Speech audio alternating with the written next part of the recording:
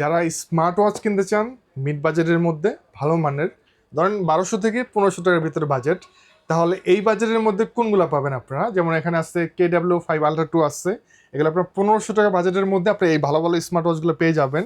তার মধ্যে এখানে আরেকটা মডেল আছে, এগুলো কিন্তু আপনার খুবই ভালো, ফ্রি ফিট অ্যাপস দিয়ে চলবে।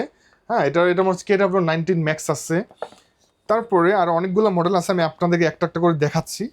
তারপরে আপনার এই মডেলটা পাবেন 1500 টাকার ভিতরে।